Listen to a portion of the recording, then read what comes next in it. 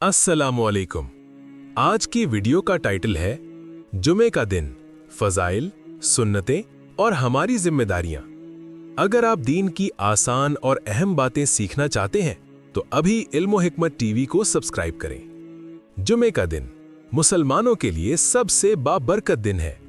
हदीस का मफहूम है सबसे अफजल दिन जिस पर सूरज तुलू होता है वो जुमे का दिन है। अब जानते हैं कि जुमे के दिन हमें क्या करना चाहिए।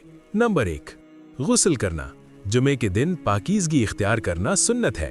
नंबर 2, अच्छे कपड़े पहनना। साफ और बेहतरीन लिबास पहने और खुशबू लगाएं। नंबर 3, जल्दी मस्जिद जाना। जल्दी जाने वाला ज्यादा अजर पाता है।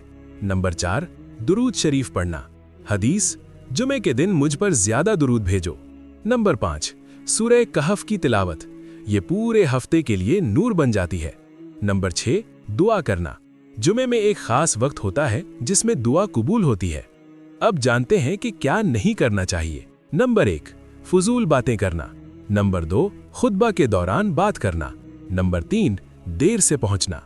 याद रखें, जुमा सिर्फ नमाज नहीं बल्कि पूरे दिन की इबादत है। सबक, जो शख्स जुमे की कद्र करता है अल्लाह उसकी जिंदगी में बरकत देता है।